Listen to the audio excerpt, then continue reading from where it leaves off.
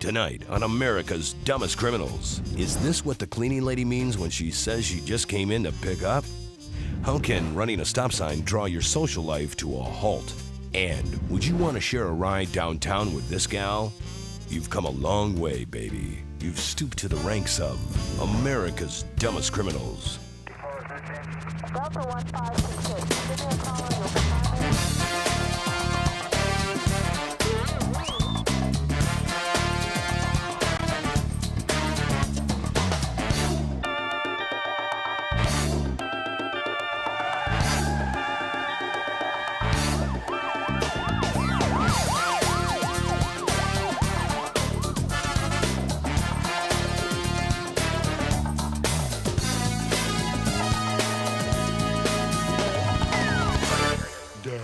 Now, welcome your hosts for ADC, Daniel Butler and Debbie Allen. Hello. Hi. Did you notice anything unusual about the opening? Oh, you mean that all the previews involved women? Uh-huh. What is this, America's Dumbest Criminals or Lilith Fair? That's a question no one's ever asked before. Yeah, I don't know that I'm ready for a ladies' night, okay? Although I am in touch with my feminine side. Okay. And would that be your right side or your left side? I think right. You need moisturizer right there. What's the guy say? All right, I think that a ladies' night special is a good idea. It could be like The View. I'll invite several of my female friends. We'll sit around and talk about how we feel about the stories. Oh, boy, and we can all wear our jammies and do each other's hair. Yeah. It could work. Sure, now, I can see it. Tonight, a very special episode of ADC. No, I'm not buying this. No way. You think we should just keep things the way they are? Hey, if it ain't broke, don't fix it. That's something my cat once said, I believe. Well, what if we compromise? We'll just have a slight women's emphasis tonight, sort of estrogen light. Okay, all right, fine, deal. You want to start with a good girl gone bad? Sure. Here's truly an inside job as we find a cleaning lady in the sheriff's office who was being far more thorough than anyone imagined, at least until she was caught on camera.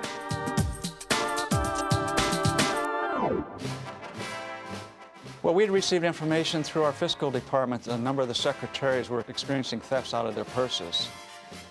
It wasn't a lot of money, but it was enough cash to where they were concerned that maybe they had some in-house stealing going on, and they brought it to our attention. Our deputies decided to call in detectives. They hit a camera. We really had no clue who was doing the stealing. But in a matter of just a few days, we caught a cleaning lady going through the trash and also going through purses.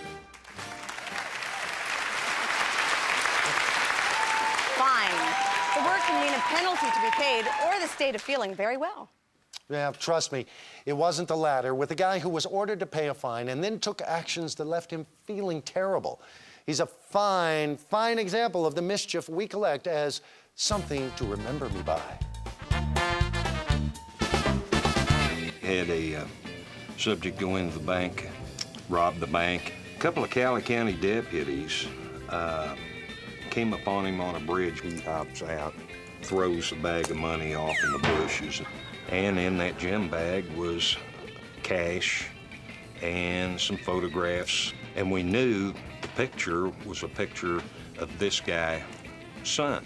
And myself and a FBI agent got in the room with him and started talking to him. And you could just tell by the look on this guy's face of this is not working well.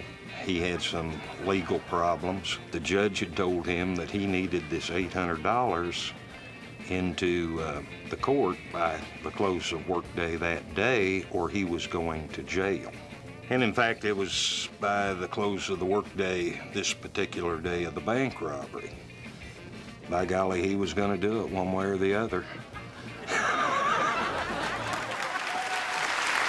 It doesn't take a genius to know that the world is changing, and not necessarily for the better. Well, pretty much all of it can be traced back to the introduction of Barney. What? No, come on, do some research, draw some timelines, Debbie, you'll see. You can't pin everything wrong in the world on a purple dinosaur. No, you're right. No, that would be completely taking the blame off Menudo and MSG. Daniel, this is supposed to be an introduction to a story about carjacking. Gosh, can't you see how these things are linked, No. Debbie? No, I love you, you love me, it's a purple cult. See how brainwashed everyone is? Can we just roll this story? You're being deceived, Deb. Things look peaceful enough now on this street in Springfield, Oregon. But late last night, these young people got a start. These little kids started coming towards the car, and I thought maybe they knew us. And he just started looking in the car, and then he came up to the window and he held his gun up to my brother, and he said, "Get out of the car." The gun made a convincing argument. Actually, we were laughing at him, I think, at that point. It was funny because we're looking at the car, right? And my cousin's on the cell phone. We're looking at the car, and all of a sudden, it stops, and he gets out of the car and starts running, and we're thinking, what? Gears ground, but there was no getaway. At least not with the car, because the carjacker couldn't drive a stick shift. Stripped of his bravado, the big bad hombre got out and ran. He was little. He was like 14 years old, so I couldn't even believe we were getting carjacked by a 14-year-old. A mechanical miracle, saved by a manual transmission that really came through in the clutch.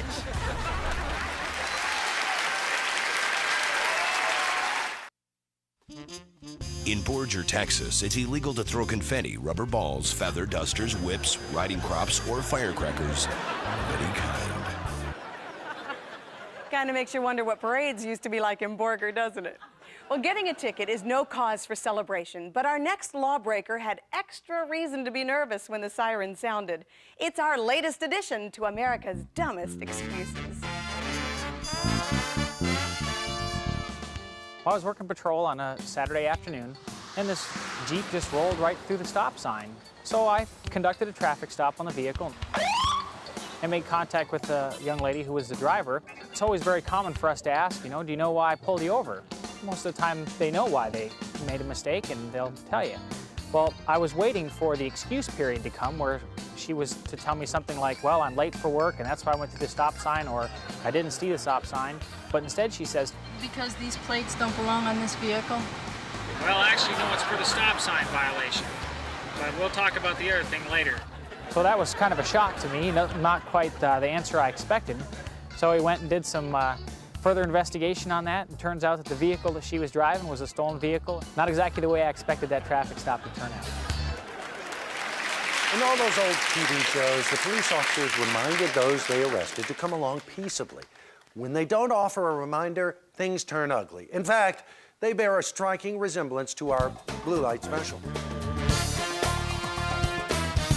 Stopped this speeder, determined that it looked like she had been drinking alcohol. So we put her through the field sobriety test and made a determination that she was, in fact, driving while intoxicated. So we locked her up for DWI. At the time, we didn't have a jail cell. We just had what we called a holding chair with handcuffs attached to it. So we placed her in the chair. My partner was coming over to start the process for the breathalyzer machine, and she actually attempted to trip him. And I guess she had no idea that she was being taped at the time. She actually lunged out of the chair and tried to get at us. The handcuffs were bolted to the floor from underneath, and then it comes up through the chair, so there was no way of her getting loose. We gave her all her paperwork. She crumbled them up and threw them at us and continued to, MF us and try to get at us across the desk.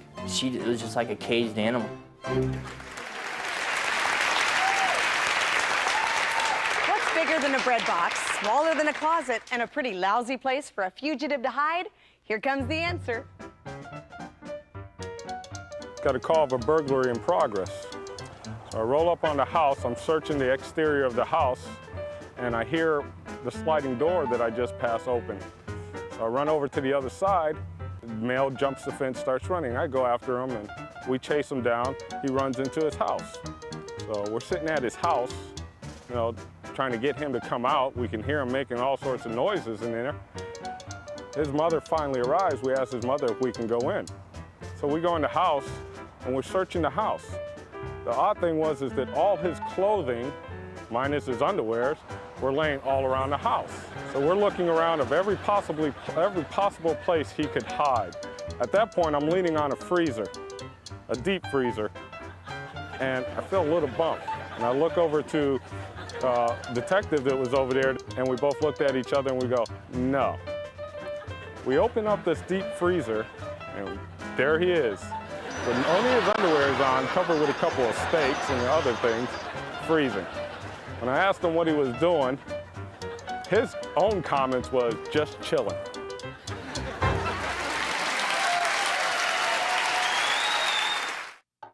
When traveling, the crew of ADC eats at Tony Roma's. Tony Roma's, over 200 locations worldwide.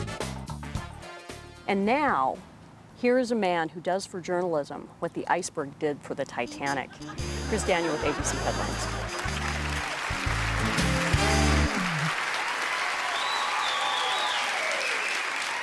A thief in Anchorage learned the hard way that it pays to do your paperwork. He grabbed a cash register from an adult bookstore and ran, but the register tape began unfurling as he fled. Police simply followed the paper trail until they found their man 3 blocks away. See, now this is why you should always keep your receipts, okay?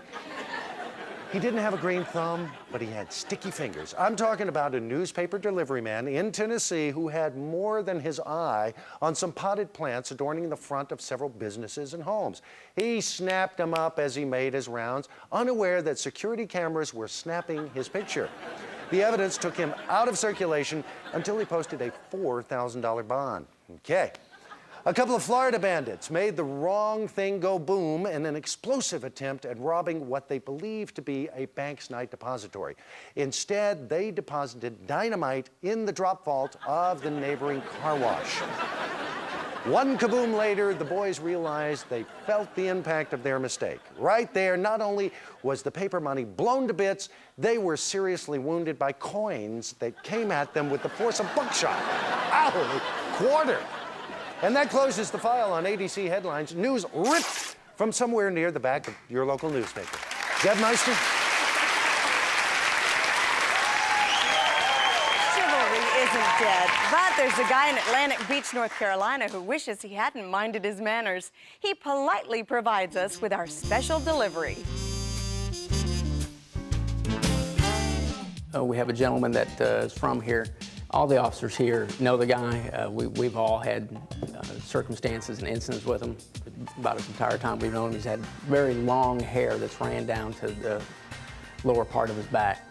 Short time later, you know, we see him again, and his hair is short.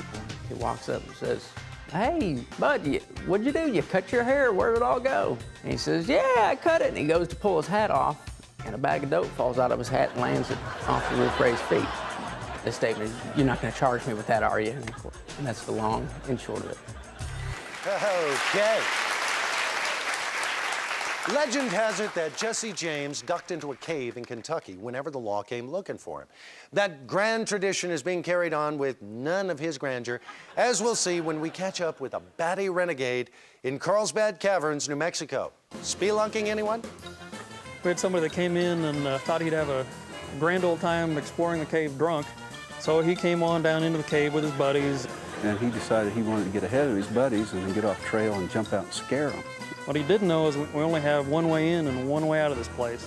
And the way he went was not the way out. He got a little further off trail than he should have and wound up down in the dark area of the cave, so he used his Bic lighter to go a little further. Into the dark, through some ponds, with his bottle and his cigarettes. When the lighter got too hot for him to hold, he just decided to sit down and drink his booze and smoke a few cigarettes, and he wound up passed out on the trail. Drunk, his pants were wet from trying to swim out of here. As the guided tour approached that area, they turned the lights on, and there he was, just passed out in the middle of the trail. I asked him if he'd been drinking. He said, "Oh, I'm always drinking." Now, let's look back at one of ADC's greatest hits. And, you know, it never ceases to amaze me of the things that happen. We had this particular call involving this young female who was visiting a friend's house. She wanted to originally borrow some clothes.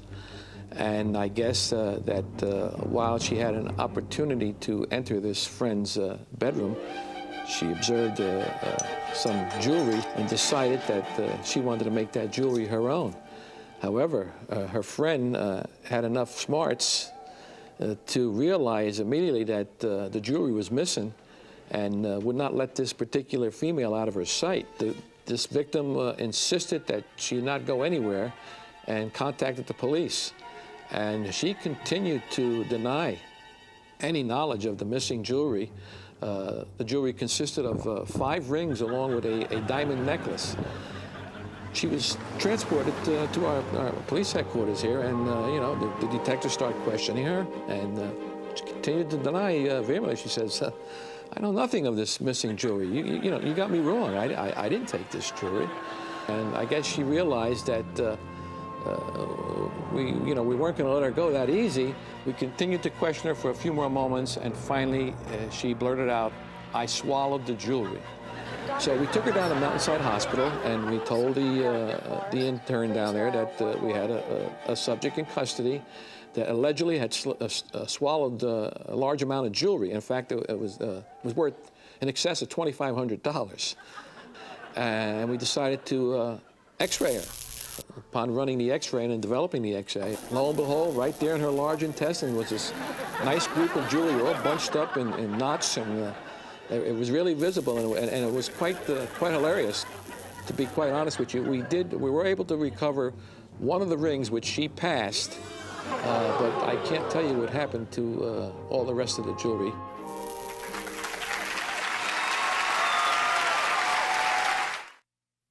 In Nicholas County, Virginia, it's illegal for members of the clergy to tell jokes or humorous stories from the pulpit during a church service.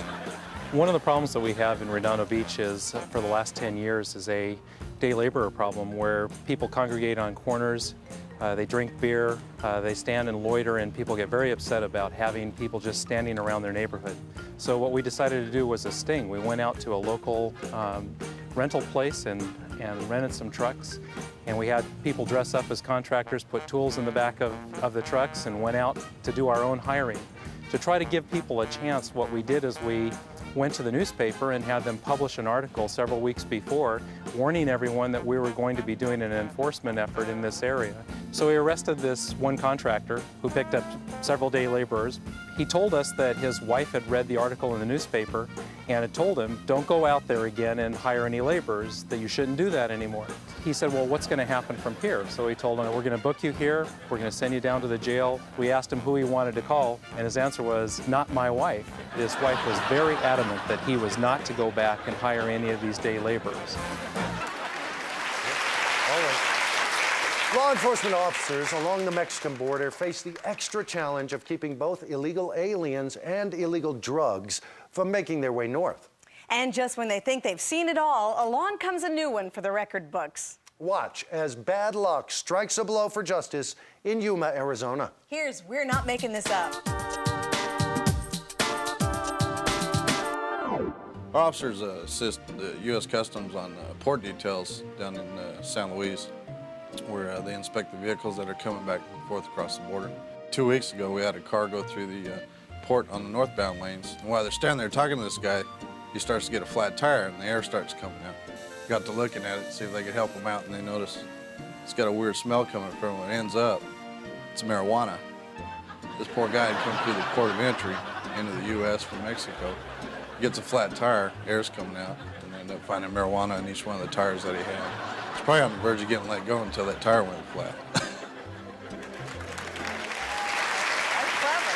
You know, that puts a new spin on potholes, doesn't it? Let's just say goodbye. Yeah, no matter where you are, you're driving on the grass. Let it go, Daniel. Okay, but before we go, we'd like to say thanks to the officers who helped us tonight. Theirs is a tough and sometimes dangerous profession, and they seldom get the credit they deserve. If you've got a lead on a story or you just want to drop us a note, visit our website. The address is www.dumbcrimes.com. As always, we hope that we've all learned from others' mistakes. But if you haven't, we just might see you next week on America's Dumbest Criminal. Bye-bye.